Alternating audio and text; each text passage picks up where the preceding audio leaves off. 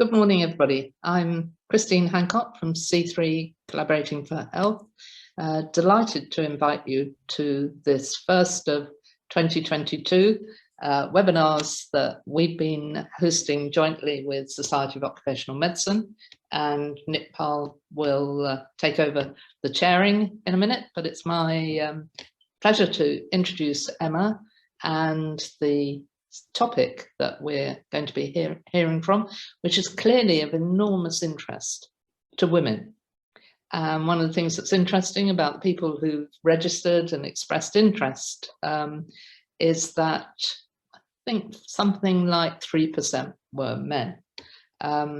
So it's full of people who have a really strong interest in the subject, but people who perhaps should have a bigger interest aren't yet with us, but the small number of men are very welcome. The last time I looked, they were all physicians, so very welcome indeed. C3 is a health charity working globally, based in London. We're physical next door to Society of Occupational Medicine when we're allowed to be in the office. And we're about preventing chronic disease with a real focus on the main risk factors and making it easy for people to live healthier lives. But while we know that smoking, lack of physical activity, and what we eat and drink are the real drivers of poor health and premature death, we also know that there are a number of issues, mental health, the menopause, which are so important to affecting people's ability to live more healthily.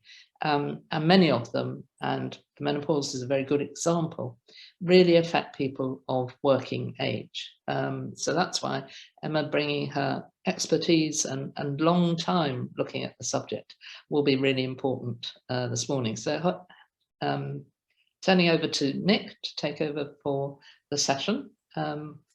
Thanks, Christine. Yeah, morning, everyone. I'm Nick Pal, Chief Executive of the Society of Occupational Medicine, and it's great to collaborate with C3 again on a breakfast webinar. So I want to kind of pay tribute to Emma. I mean, she's a fantastic, generous-spirited person who's Vice Chair of the Diversity Inclusion Group that SOM started a year ago, the task force, and has made good progress, more to be done, particularly in the area of menopause, but to other areas too in the diversity inclusion.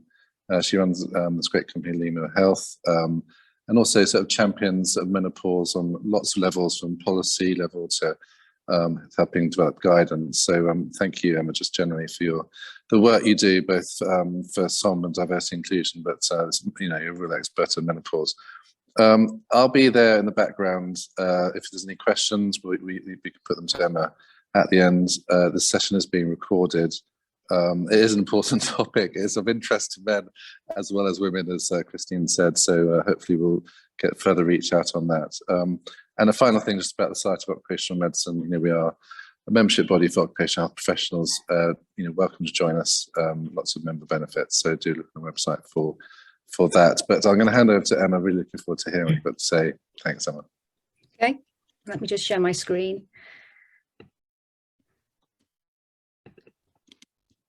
How's that? Can everybody see it? Yeah, that's great. Thank you. Yeah. Okay, that's fine. Okay, well, all the intros have been done. So a little bit about me. I am founder and director of Lima Health. It's a company that focuses on reproductive health and well-being, but I've sort of like fallen into that through establishing there was a need in the workplace. So my background is occupational health and well-being, and about 10 years ago I was the work-related stress expert for the trust where I live. So I wrote the policy, developed the management training on the management standards to address, risk assess and address work-related stress. And so any complex case that was referred into occupational health it fell under my remit. And what I was finding was a lot of middle-aged women, not just middle-aged, from 40 onwards, were being referred in for work-related stress. Now, that's not unusual because women between 45 and 55 report the highest levels of work-related stress in all organisations. However, if you all know how to treat work-related stress, it is a time-limited condition. It can be managed and improved, and you'll have no other issues again, as long as the stresses and the conditions are managed.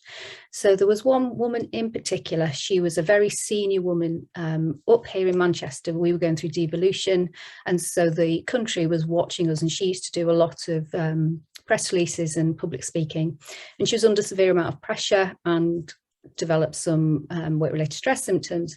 She also was a mum to 2 young children, and she also had elder care. She was your stereotypical female in our workplace suffering work-related stress, but she was also very proactive. And so she followed the GP advice, you know, the standard pathway of looking after work-related stress. She was under occupational health regularly and complying with self-management behaviours. And she had a very, very supportive manager, but she wasn't getting any better. And it was a proactive GP that said, I think you might be perimenopausal. I had never heard that term 10 years ago. She hadn't. We were both quite shocked. She assumed it meant age-related and that she still hadn't quite got rid of the idea of having another child. And I thought, well, what is perimenopause? I think I know about menopause. It's when your periods stop in your mid-50s, but I knew nothing about it. So she was treated for perimenopausal symptoms, and it revolutionized her. She returned to work and she got herself back. So I thought, a light bulb went on in my head. I thought, oh, how many women am I seeing that actually it's not just work-related stress, it's hormonal fluctuations of hormones. So I started doing research, and 10 years ago, there was not much information around. So I ended up training as a menopause expert under the British Menopause Society, doing their specialist skills module. I also trained in CBT, cognitive behavioural therapy program for breast cancer survivors, because there was nothing for breast cancer survivors returning to the workforce suffering with severe menopause symptoms. So 10 years later, today, it's a different story. And I have changed how I speak and how I deliver this education to reflect that, because it was quite a negative picture beforehand, up until a few years ago, but now it's quite an exciting picture, because like today we're talking about menopause on a Tuesday morning for a breakfast meeting. You have to be living under a rock if you've not heard the word menopause and in the workplace. And so that is the background. And what I'm going to do today is a general talk. I'm just going to talk. I've brought in research and I've brought in surveys, and sometimes it is a dark picture. But I'm not bombarding you with graphs and maths at this time in the morning. It's just a general talk. I'm going to do an overview of menopause, a bit of biology lessons, GCSE biology lessons, really, because we don't get taught this, and then look at it in the workplace. And so I apologise if there's any specific questions relating to your menopause experience. You can anonymously ask questions in the chat, but I appreciate you might not want to do this. But if there is any burning questions, then you can contact me through the SOM or by my email, and I can direct you and signpost you. So we'll crack on now. Okay, so I'm starting off with this quote, because I used to finish with it.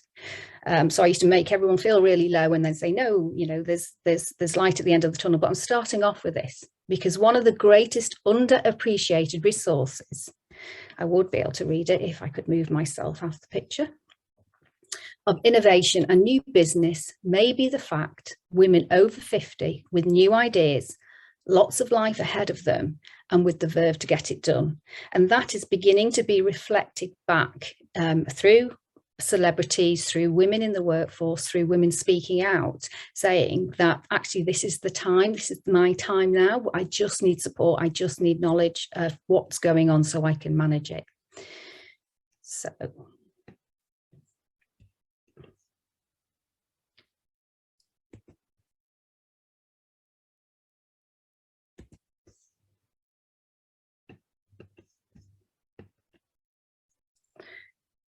apologies for technology.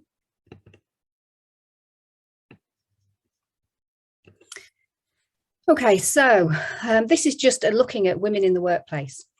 So, and why we're talking about reproductive health today, and it's because we're not quite there yet, are we? So in 1975, there were 57% of 25 to 54-year-olds in the workplace. Today, well, 2017, and it's risen since then, there is 78%. The largest increase in employment is the ages of 60 to 64. Okay, so you'd think that the workplace will have adapted, policies, procedures, attitudes would have adapted to a woman's health experience in the workplace, but it hasn't. So that's why we're here today.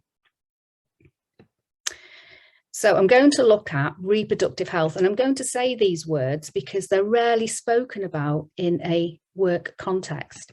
And the easiest way to understand this is to think about mental health. 10 years ago, when we were all working, our health professionals, occupational health professionals, are working within health and physical and mental health, trying to get a mental health conversation going with a manager, or even talking to an employee, was quite difficult because there was no support out there. There's no supportive structures. It wasn't normalized, and it certainly wasn't something you brought to work, and it certainly wasn't something you spoke about with managers. So if you do apply the same type of attitude to reproductive health, so all these words may make you cringe. You may not want to hear them within the workplace. You may think it's personal, it's private. You may be embarrassed. But pregnancy is the only one that we can look at in the workplace, talk about it openly, but that's a viable pregnancy that goes to plan, that there's no issues. Stillborn, miscarriage, things like that are still not catered for or understood when a person is returning to work, male or female, if it's happened to them. Menopause, we're talking about menopause later. Endometriosis, there's 1 in 10 women that suffer with endometriosis. It takes on an average 8 years to get diagnosed. They attend GP practices up to 12 times before they get a diagnosis. They're normally referred to other specialities before that. So think about how many times that woman is in pain, having symptoms, and then going to a GP, and she's also having to work. Polycystic ovary syndrome, PMDD, is now classed as a mental health thing. It's like severe premenstrual disorder that can induce psychosis. Infertility and the 5 gynecological cancers. This is just an overview. There's a lot more. I've put pregnancy and menopause in italics because they're not illnesses. They shouldn't need to be managed. We don't need to manage our health. We just need more information. And I'll do a slight disclaimer here as well. I am Vice Chair of the Diversity Inclusion Task Force for the SOM. Dr. Sheetal Chavda is our chair, and both of us have focused on all of the issues that come with being diverse and not being addressed properly, whether it's in the workplace or represented. So the use of language for women, what I mean is anybody with reproductive health organs. So that will include non-binary, intersex, trans. And so because the language isn't there yet for me to adequately include everybody, and I appreciate it may offend people because I am mixed race. My father is Mauritian Indian, and I do not like the term BAME because it's a catch-all, because it's assuming that my needs are exactly the same that someone of Chinese origin or somebody else. So it's just, so I appreciate that the catch-all term is inadequate, but for ease today, for us talking about this, I will say women. So the biological aspect of our reproductive health is everybody that has reproductive health organs. The psychological aspect is our attitudes and belief to ourselves. And that is influenced by how we feel about ourselves, how we view ourselves. And if we are not able to talk about what is happening to us, our own body or our health, it may start to affect our mental health and how we see, and how, if we're talking about menopause today, how we see ourselves in the culture going through the menopause, where we revere youth. Like I said before, stress. Women between the ages of 45 and 55 experience the most work-related stress in the workplace. Society, if we look at society's attitudes and beliefs. So today I'm talking about a Western society, and in particular UK, because that's where I'm based and that's my work. But I'm also a member of the Menopause Collective, which is an international, worldwide look at menopause experience from different countries. Everybody has different experiences. with culture, women from Japanese origin have different report different symptoms to UK women. They do not report hot flushes experiencing hot flushes, and they don't experience nighttime chills. They report shoulder pain to be their number one symptom. So today I'm talking about UK and Western. And the attitudes and beliefs to the menopause, as we think, there's 3 men on this call today, and they happen to be physicians, so they appreciate an holistic care and looking at a women employee. I also do this talk to businesses and workplaces, and it's mixed at the moment. There is some very, very proactive businesses that have a mixed range. I train managers, and that's all mixed. I will do awareness sessions, and more men are coming to the session. I've put care burden there. I put burden in italics because I don't like it being a burden, but women take on the majority of the caring aspect of our society. It was never more so apparent in the restrictions and the lockdown when schools closed and women took on the education. They also, 1 in 7 dementia carers are women. We're more likely to take on the emotional care of the house. It's called the mental load. The cognitive functioning of the house, really, of who's where, when, picking up, sorting out, and also the emotional stability of the household, which adds to a mental load. Women are more likely to be in a different type of employment than men. Let me move me again. So the way work is structured is different for men and women. There is a segregation. It's a vertical and horizontal segregation. So there's more men at the top, as we know, and each occupation is segregated as well. So you'll have men dominate in construction and women dominate in social care. And there's different health risks within those things. So within COVID, the workers more likely to be exposed were healthcare workers, and that's predominantly females, and the lower healthcare workers, band 5 staff nurses that were on the front line, higher exposure, were more likely to be ethnic minority. Type of employment as well. So you'll get women who will have 2 or 3 jobs, part-time jobs. They may not be under the scope of a employment legislation, so they may not have the same rights, and working conditions and a gender pay gap. Working conditions for women can be different from men in the same way as I was talking about part-time. Ethnicity and culture, so attitudes and beliefs. In the UK, we have a myriad of cultures, and there's different attitudes and beliefs to menopause experience, but what is common is that it's still not spoken about, and it's still seen as something a woman will go through privately. There are disproportionate outcomes for each menopause experience. So there's inequalities within inequalities. So Black women will suffer more symptoms and are less likely to be heard and taken seriously. Black women will go through menopause slightly earlier than women. Asian women have a higher, Southeast Asian women can have a higher risk of type 2 diabetes. And so the menopause experience and the long-term risks of menopause need to be individualised. Structural and perceived prejudice and racism. This is another talk that we can talk about forever, intersectionality, where if you have characteristics that limit your opportunity, increase oppression, and if they start to overlap, your life outcomes, health outcomes and work outcomes decrease.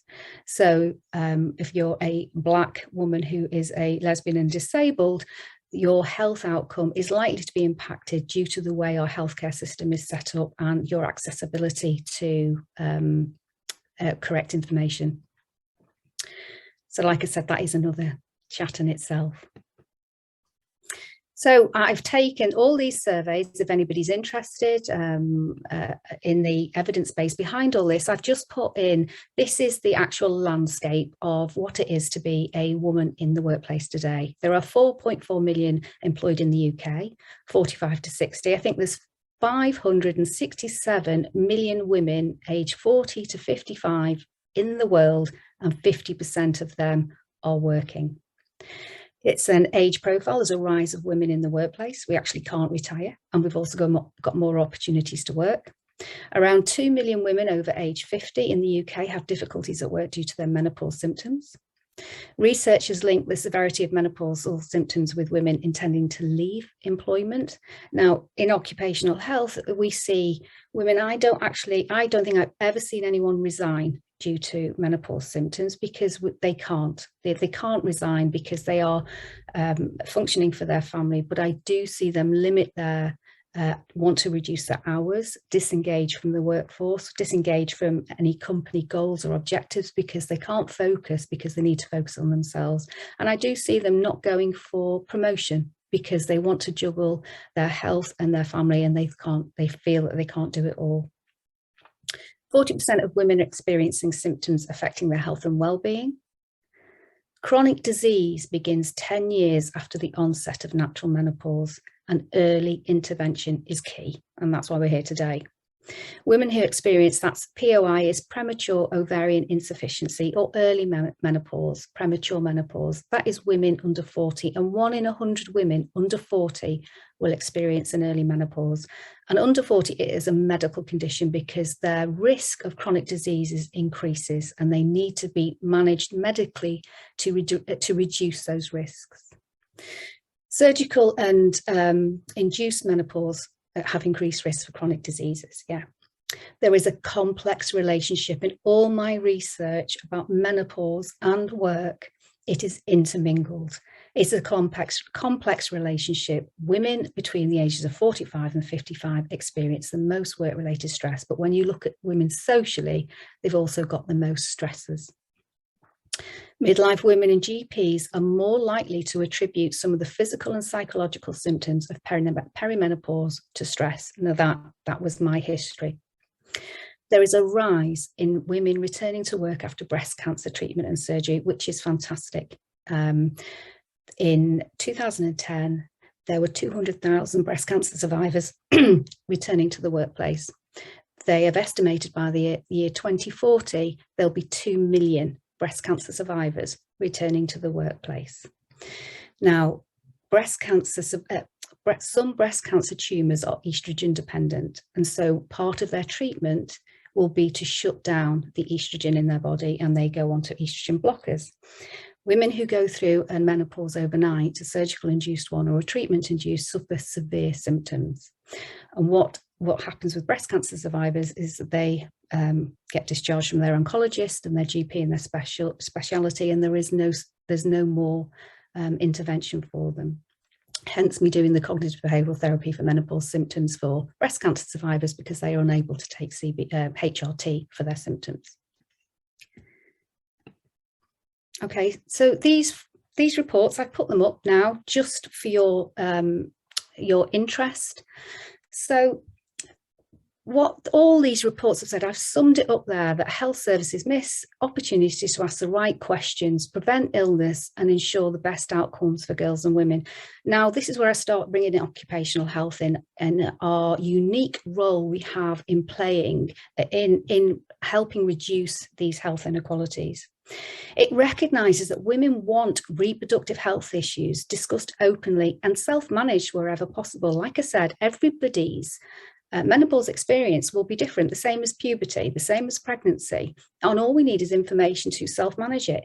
In the main, that it may not affect women. You may just get a small impact to your life, and that's fine. And there are self-behavioural strategies that you can do that you will manage your health and well-being. Unfortunately, 25% of women will experience symptoms that severely impact their health and well-being, and they need information and signposting on to where they can get further support. It recommends that healthcare professionals need to be skilled and equipped to discuss reproductive and sexual health within the context of their work. EMAS, which is the European and Menopause and Andropause Society, I sit on their task force for the global position statement that's due out in 2022. And I can say that it's done. And what it says on there, what they found was doctors and nurses and allied healthcare professionals do not get any training on menopause. And out of all the universities that replied to their survey, I think there was 32 universities that replied to their survey, 40% of them said they expected their trainees to get experience when they do a GP rotation. Now, GPs also don't ordinarily get menopause training. And so there's some fantastic GPs out there that are making a difference, but ordinarily they don't. So there is actually no training on menopause experience. So if you think about puberty, if you think about when all of us are going through puberty, it was a period of years. We didn't go to bed one night as a child and wake up the next day as a fully grown adult. It was a period, it was a transition, and everybody had a different experience. Similarly, it's menopause when estrogen, or estradiol, but estrogen for ease, starts to fluctuate. There's a myriad of symptoms. The BMA report, Challenging the Culture of Menopause for Working Doctors, emphasised that more strategy and support in the workplace around these issues, including actions to address sexist and ageist behaviours in the workplace that prevent women speaking about menopause and asking for support. A lot of the respondents to that report did say they felt that they weren't supported and they couldn't speak up about it for fear of being judged.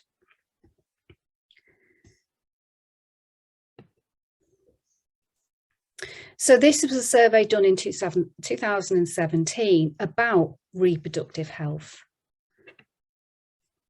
7,000 women. The hidden burden of reproductive health was particularly evident in the workplace, that symptoms often affect women's ability to carry out daily activities, and many conceal their symptoms from their work colleagues. 31% had experienced severe reproductive health symptoms in the last 12 months, ranging from heavy menstrual bleeding to menopause, incontinence, and infertility.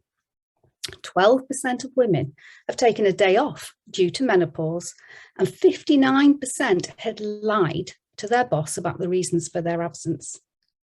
35% of women have experienced heavy menstrual bleeding, which previous evidence shows that is associated with higher unemployment and absence from work. Stigma surrounding reproductive health was a key concern for women taking part in the survey, with less than half women seeking help for their symptoms regardless of severity. So as you can see, there's a pattern here. It is just lack of education, lack of knowledge all round, from healthcare professionals to managers to women to families, partners, that is creating this inequality. So the barriers and challenges for healthcare professionals, occupational health, doctors, even managers, people managers. The workplace supports the employee as a worker. Reproductive health is not factored in to, as you'll come on to see, the design processes, policies, procedures, how work is organised, health and wellbeing days, health promotion. There is a lack of awareness and training and support all round. The workplace imbalance of representation, like I say, you've got horizontal and vertical segregation of the workplace. And the women's role as creators, nurturers, educators and carers are not taken into consideration when we're looking at risks in the workplace. And all this adds up to an inequality of outcomes, business and health.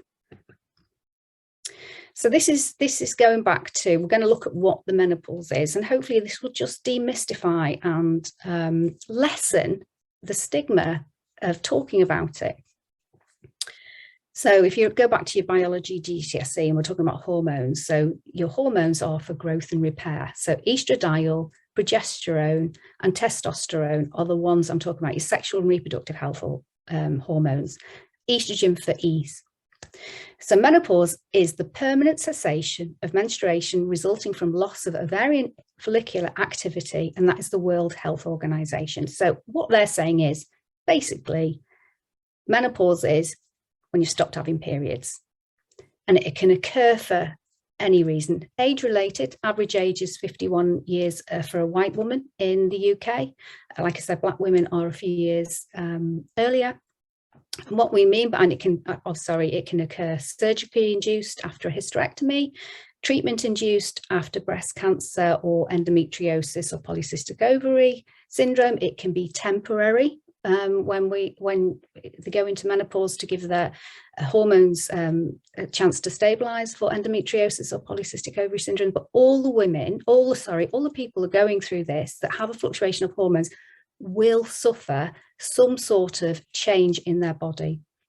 And all it is, menopause is Greek for meno is your monthly cycle and pause is stop. So it's when your monthly cycle stops. But we realised that if it was that simple, then we wouldn't be here today. So we're actually talking about a transition, a bit like puberty, and everybody is different. So this slide I use for everybody. I use it for clinicians, I use it for managers, for women, for children. My kids know this slide. And it's the easiest way to describe it. So if you look at the graph on the left, it's the amount of eggs you have, follicles that produce the estrogen in our body. So before we're born, we have the highest number. We have over 1 million eggs in our body. As soon as we're born, they start to decrease. And so if you look at the age of 18, we've got a high number of eggs, and gradually, they start to decrease through having periods or reabsorption. From the age of about 37, 38, they start to decrease more rapidly.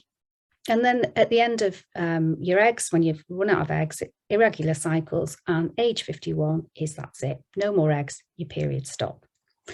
The graph on the other side is what's happening with your hormones.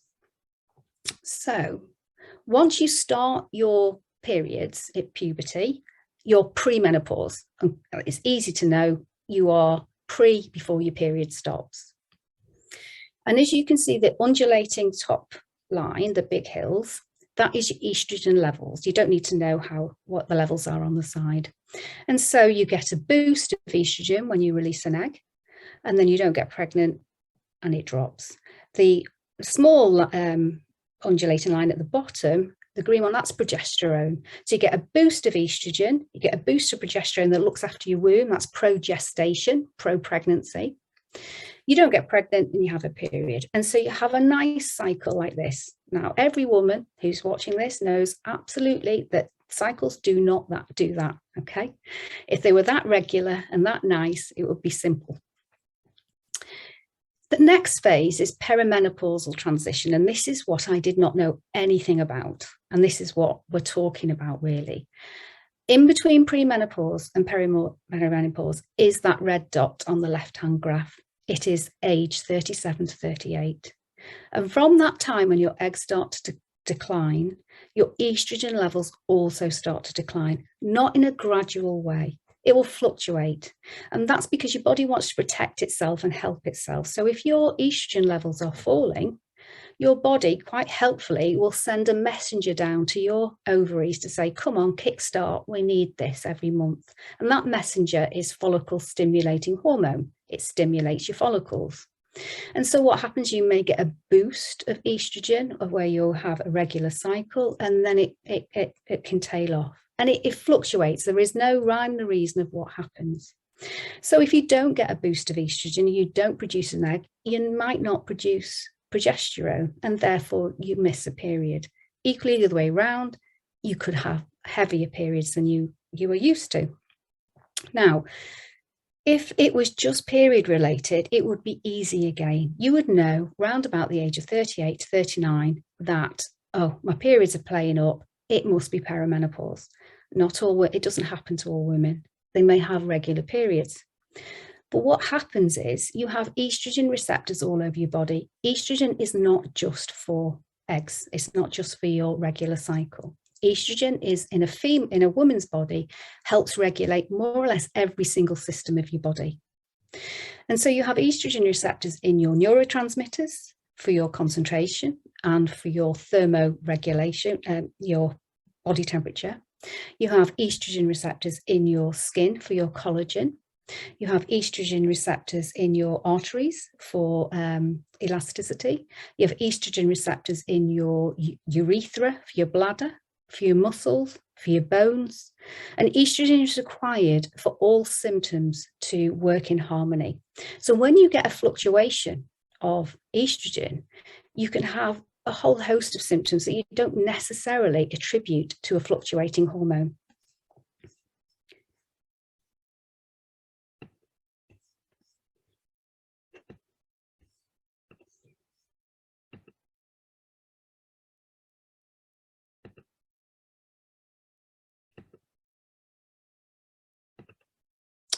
Oh, hold on. Okay, so I've put symptoms over 30 of them. There is over 40 odd. And how do we know what's causing this? So you have immediate, medium and long-term symptoms and effects. So the immediate ones are likely to be what we call your vasomotor, your hot flushes, cold night chills, panicky, anxiety, those type of feelings. The medium ones will be the collagen impact. So it will impact your genital urinary areas, which is, it's called GSM, it's genitoury sexual menopause symptoms. Sorry, I have to think that's my menopause moment then. Said it over and over. And then the long term is your heart and your bones, which we'll come on to in a minute.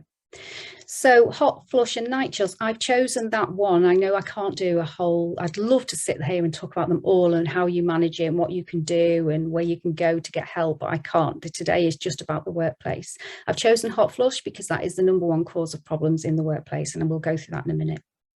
Tiredness and fatigue, joint pain, like I say, women of Japanese origin and Japanese women suffer from shoulder pain. In Britain, we call that a frozen shoulder. Now, I am a clinician, however, so I'm not saying your frozen shoulder is anything to do with hormones at all, because there's been no research in it. But it's interesting that women in their 40s and 50s suffer from frozen shoulders in the UK, and we go down the orthopedic route. Skin changes, obviously the collagen aspect, your skin changes, your hair loss, hair growth, hair grows where it shouldn't do, and you lose hair where you should have it. Mood changes, irritability, memory lapses. Now, women don't recognize themselves.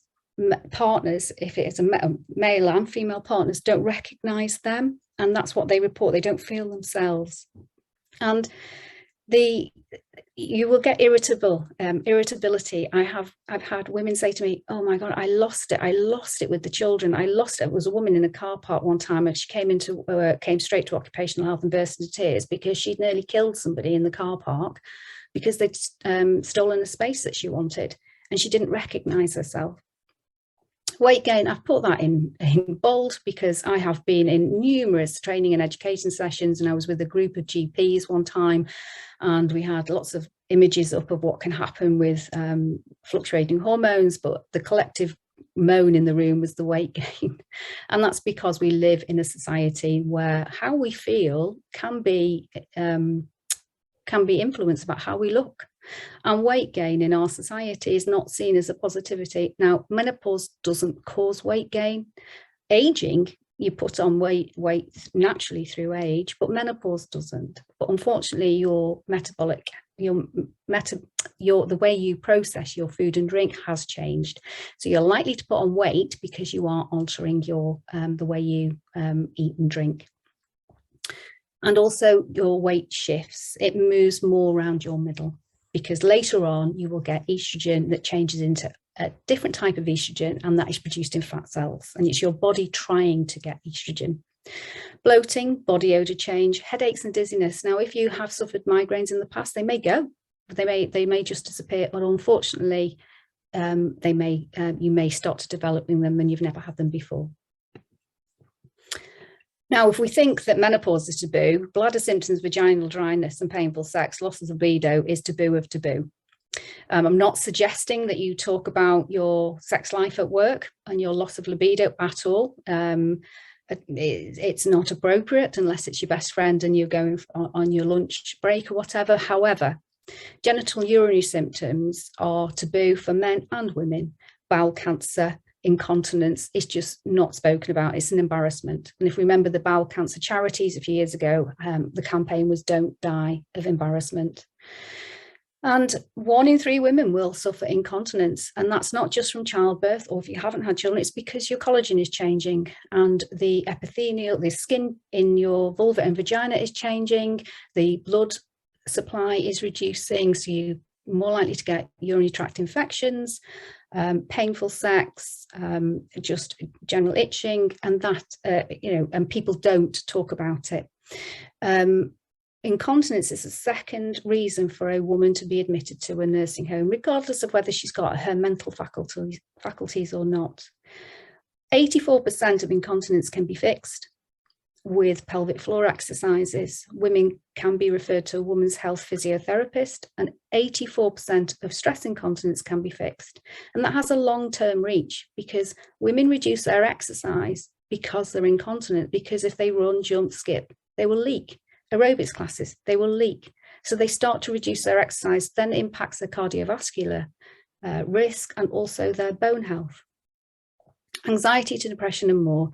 Menopause doesn't cause anxiety and depression. You may feel like it, you may feel like you're not yourself, but it doesn't cause it. So how do you diagnose all this? Like I've just described all of them, it could be anything, couldn't it? And they can mimic anything. It can be, that's why when you think of the brain and the cognitive function, the feeling overwhelmed, loss of confidence, it can be work-related stress or personal stress. So what you have to do is exclude what it isn't. So invariably, if you go to your GP, they will exclude what it's not. So you'll have your blood test, you have your thyroid function test taken, you'll have your diabetes check, and you'll exclude if all them are normal, it's likely to be fluctuating hormones. Go by history and symptoms, and over 45, it tends to be symptoms only unless there is atypical symptoms. Over age 45, if you remember the graph, you're fluctuating so much that it's no point in doing a blood test, because that blood test is the follicle stimulating hormone blood test. So if you've got a high follicle stimulating hormone, it's likely your ovaries are reducing, and so you know you're perimenopausal. And so over 45, because you're fluctuating so much, there's 2 blood tests. There's no point in doing it, because it could catch you when you have a low follicle stimulating hormones, and then you assume you're not perimenopausal. 40 to 45 years of age, consider 2 follicle stimulating hormone tests, and under 40, definitely 2 follicle stimulating hormone, and there's other tests as well that happens, and then that's treatment.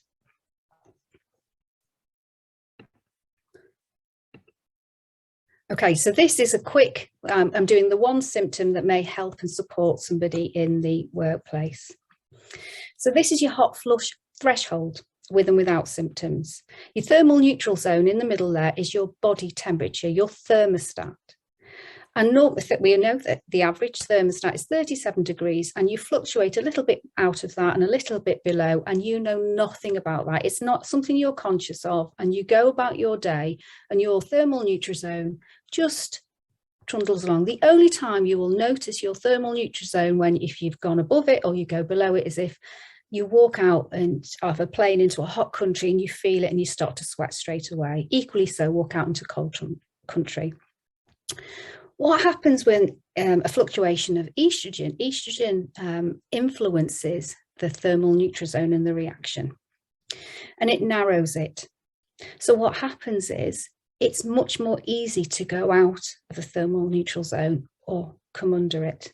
And so walking from one room to another may induce your body's your temperature regulation, where you'll start to sweat or shiver. And so you start to notice your thermal neutral zone. You start to notice it because you know that anything can trigger it. So 50% of reasons are known, and that means 50% are unknown. So lots of things can trigger it. Exercise, hot drinks. Unfortunately, I was working with some breast cancer survivors the other day, and they do a diary of triggers, and one woman established it was chocolate that triggered hers, and she was a bit gutted. So there's lots of triggers. So if you have hot flushes, I suggest you look at them for a week and see if you can identify some of the triggers that you can modify. And that means 50%, we don't know why it happens. With those 50%, what also influences your thermal neutral zone is stress. As soon as you become stressed or you're perceived under threat, your thermal neutral zone narrows, a bit like a hot flush. And so when you see somebody that's hot and tight, that's stressed out, they look hot, bothered and sweaty.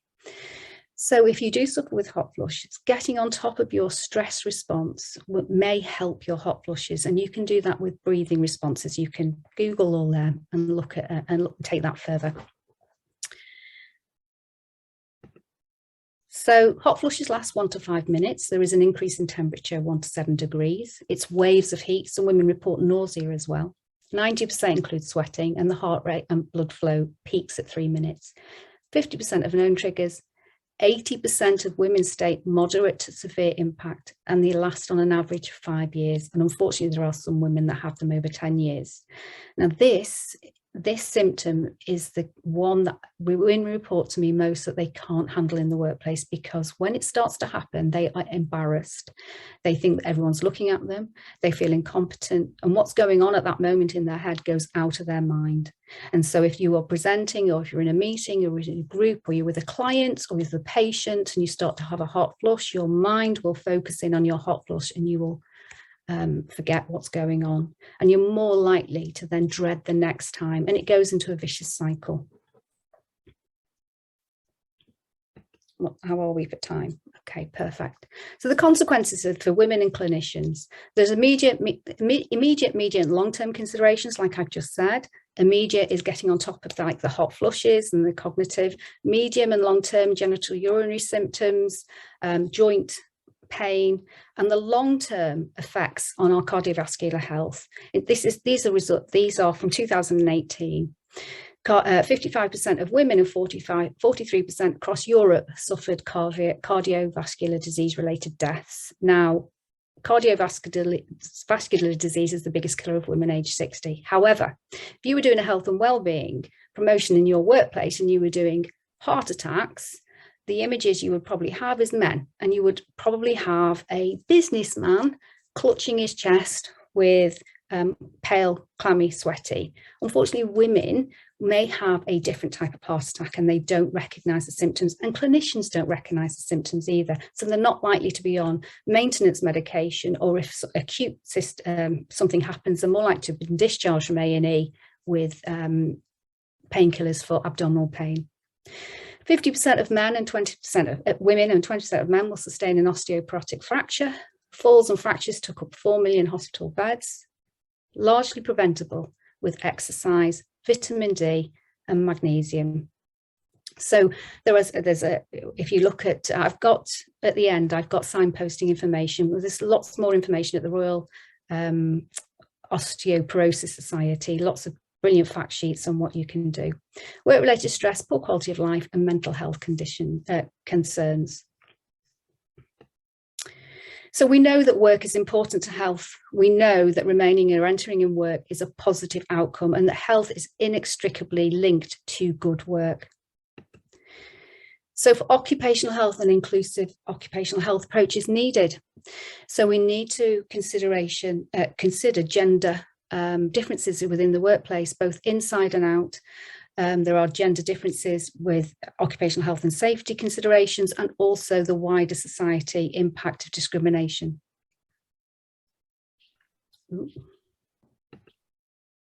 So we use mainstreaming. We should be going from a gender neutral approach where the average male worker body is taken as standard. If you look at the graph of us increasing in the workplace, attitudes and conditions haven't changed. So we need a gender sensitive approach. It takes the different working and social situations of women and men, as well as gender relations, into account.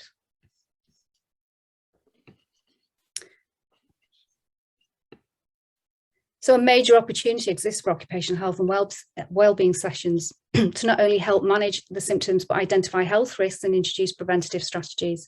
Awareness, communication and early action are key. Physical and mental health conditions may begin to alter or appear. So if you've got a woman that's diabetic, or a woman with HIV, once her hormones start to fluctuate, so may her condition. There is more research coming out that women with neurodiverse issues are being established through menopause transition, whereas they previously will have had neurodiverse issues before, but it's not impacted their life. But once their hormones start to fluctuate, it becomes more apparent. And collaborative working between occupational health, health and safety, HR, charities like this, coming together to provide evidence-based information for clinicians to help women. So it's not just women's problems. This is not a women's issue. We talked earlier that the main people that came onto this webinar were women, and there were 3 men. This is a society issue. We don't say mental health issues is for one part of the population. It's not just women's problems. PPE has been identified as inadequate for women, putting women's health at risk. It's designed around a male body. Welfare facilities for reproductive health tasks. Certain tasks are designed for a male body. The example is marching in the armed forces. It is a certain stride that everybody has to adopt, and it was too long for your average woman's body, and it was putting pressure on their pelvis, and some stress fractures were seen on their pelvis. And these are things that occupational health get involved in. We look at tasks, we look at welfare facilities, we look at PPE, we look at the environment, the discrimination cases under the Equality Act of gender discrimination, it was age discrimination, and the woman with severe menopause symptoms met the criteria of, under the Equality Act as a disability. Occupational health can help managers, can help the workforce and help women before it gets to that point. And also help with the business cost, attrition, sickness absence and presenteeism. If you listen to all those women in all those surveys, the sickness absence and presenteeism will be high because they're not being able to be themselves at work. So the easiest thing, there's no set things out there. So if you're an occupational health professional, I use the menopause rating scale. It is evidence-based. You can get it in all different languages. It's from the ZEG Berlin link there, and that you give it to the woman. As occupational health clinicians, we like measurement-based tools, and so standardized questions so everybody receives the same care. Think of your depression and anxiety scores. So you give this menopause rating scale to the woman, and she can mark out her symptoms, and this will help a GP, because you think a GP's got 8 to 10 minutes to assess a woman.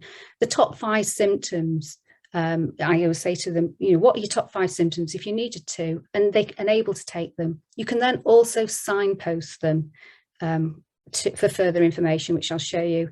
And for managers, the RCN do a fantastic risk assessment called Menopause at Work, and it's for the RCN representatives. I've given that to managers because it helps open up the conversation. It's a bit similar to the management standard. There's 6 areas of work-related stress, and I give that to managers and women. But if you have a RAP, if you have a wellness recovery action plan for mental health, adopt it for reproductive health. As healthcare professionals, EMAS have identified that it is your duty to understand menopause and to maintain women in the workplace. So the diagnosis and management, I ask women to read them as well because they're very good. You can take it to your GP. It starts off with lifestyle changes, what things you can do to support yourself. Then it goes on to prescribed. HRT is the #1 medication to relieve symptoms. However, not all women can go on, and there's other things. Cognitive behavioural therapy that I do, dietary and herbal and complementary therapies all play a part. And the signposting. So Society of Occupational Medicine, we are developing an inclusive signposting resource for all our members. And that's because all these are fantastic. They are brilliant. But the information for Black women or trans or Asian women or any other that's outside of the norm, it isn't highlighted there. So Menopause Matters, that is a fantastic magazine, and it is run by the ex-chair of the British Menopause Society, and it's got information of where to go for help, type of things you can buy, like Chillo pillows for your hot flushes, British Menopause Society and Women's Health Concern. Women's Health Concern is the patient's arm of the BMS. Fact sheets on everything you can think of. I signpost women to them all the time. British Heart Foundation have a good menopause page, as well as about being diabetic through menopause. Royal Osteoporosis Society, fact sheets on bone health, and the DAISY network is for women under 40. And if I don't, International Menopause Day, World Menopause Day a few years ago focused on premature ovarian insufficiency, and there was lots of sad stories of young women who had gone through puberty at 14, 15 and then gone through the menopause at 17, and they certainly don't see menopause as age-related and their life is over. Pelvic Raw for genital urinary symptoms is fantastic. I suggest you check it out just for the stand-up comedy of Elaine Miller. She toured Australia under health promotion, doing a stand-up comedy on pelvic floor, and she won an award at Edinburgh Fringe. She has a master's, she's a senior women's health physiotherapist and has a master's in it. So I'm going to end with this now, because obviously I will take some questions, and I know it's Tuesday morning. So these are the impact. These are the wider things that can impact a reproductive health. And if all of these were adequate, evidence-based, supportive, then the women of 50 would meet that quote I said at the beginning, because there is no time like this for a woman. There's never been a time like this. We are living a third of our life now without estrogen, but we actually need support because things change. Our children may move on. Our elder care, we may have more support if people understand it. We'll have more knowledge in our health. And once we get on top of any symptoms, then time happens now. There's no point of saying to a woman of childbearing age, if she's got children or she's in a partnership, you've got to make more time for yourself, because society's not geared up for that. We don't allow that. But over 50, women are having more time. You're seeing Davina McCall, it's called the Davina effect, and that will change this year, because the Davina effect last year of her television program meant more women went to the GP. She's focusing on the workplace for this next program. I'm hoping that she does an inclusive, and she looks at like breast cancer and everything like that as well, not just an age-related menopause. The Faculty of Occupational Medicine will be producing a guide this year. They're more than updating the one they had in 2015. It's going to be renewed. The Menopause Task Force set out by the government are producing their first review. Lots of things are happening this year, and there won't be an excuse that you know nothing about it. CIPD have some great resources. Education and training for management, that's what I do in some workplaces. And so it is changing, the culture is changing, and women of 45 to 55 may start to have less work-related stress. So that's it. Thank you for your time. I'm sorry, it's a very, very brief overview. If there are any questions, oh, I can see there is some chat there. Any burning questions that you would like me to?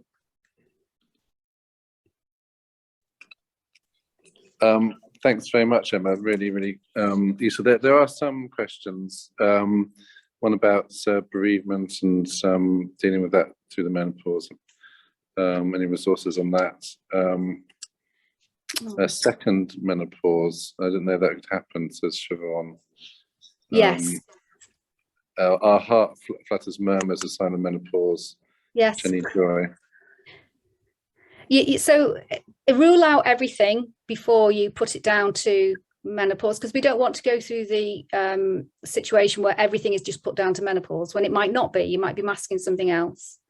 Unfortunately, women who go through menopause transition and then have breast cancer treatment, it can induce a second menopause, yes. Let's have a look.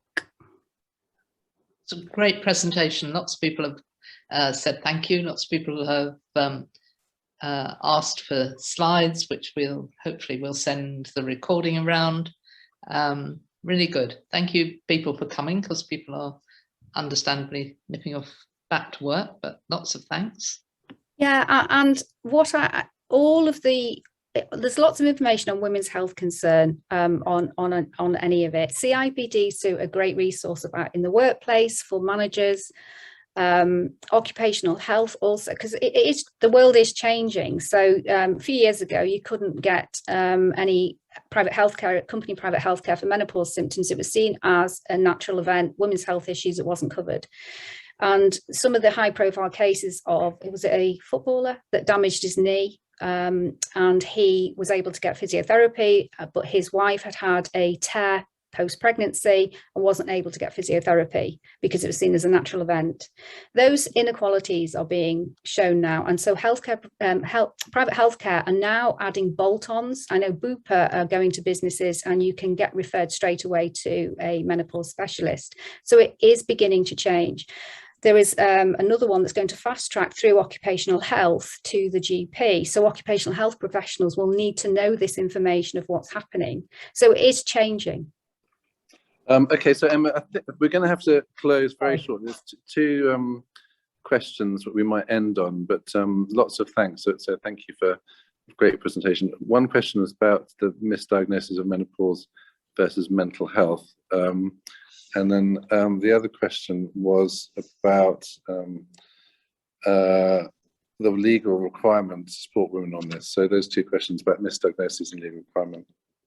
Okay, misdiagnosis of mental health. So both ways. So mental health can suffer on when your hormones fluctuate clinically. And so women sometimes can go to the GP and they're just given antidepressants because of all the symptoms that mimic, and the other way around. So it's knowing your body, knowing your GP, arm yourself with the right information, because like I said, the landscape, it's quite level. We all don't have information on this. It's all new. The RCN do a really good menopause and mental health. It's like a little card. So I don't know if you can find, if we can find that and put it in the chat. It's RCN menopause and mental health. It's very, very good information. Legally, so I presented last year with IOSH, the new president of IOSH, Louise, and her head of policy. And IOSH are concentrating on gender-specific assessments this year in the workplace. So under the Health and Safety at Work Act, obviously everybody has a right to be physically and psychologically safe at work. Menopause has been identified as impacting the workplace and the workplace impacting a menopause experience. Therefore, it comes under the management regulations of you need to identify any harm in the workplace and control it through risk assessment and adaptation. So, and you go through the hierarchy of controls. And so women's health is becoming a condition that needs to be managed, monitored and managed. And I'm talking about the extreme end. So pregnancy doesn't need to be managed and monitored in the workplace. We just protect and unless there's an issue, and then we know what to do. So within the legal aspects, the two cases under the Equality Act, obviously you've got age, gender, biological sex. It meets a lot of the characteristics under the Equality Act, menopause. So there has been a threefold increase in employment tribunals, menopause related, in 3 years. So whether change in the workplace will be driven by tribunals rather than it's the right thing to do, but that's how change happens, you know. And so I welcome any change. Things like this, it is changing. You know, like all the guides will come out this year, and there'll be no excuse for workplaces to not address it and not be able to support a woman in the workplace. Thanks very much, Emma. I mean, a really good start to the day. Thanks so much that people have stayed around, you know, even after the 10 o'clock. So thank you. Really, really helpful. And let's hope this year is a year of further change and increasing awareness. It's so important. Okay, thanks very much, everybody, for joining. The recording will be available. Thanks for Christine and C3 for co-hosting it with us. And last but not least, most of all, thanks, Emma, for your time and a really lovely, informative and important presentation that we will continue to champion as SOM, and I'm sure C3 will as well. So thanks all. Have a good rest of the day.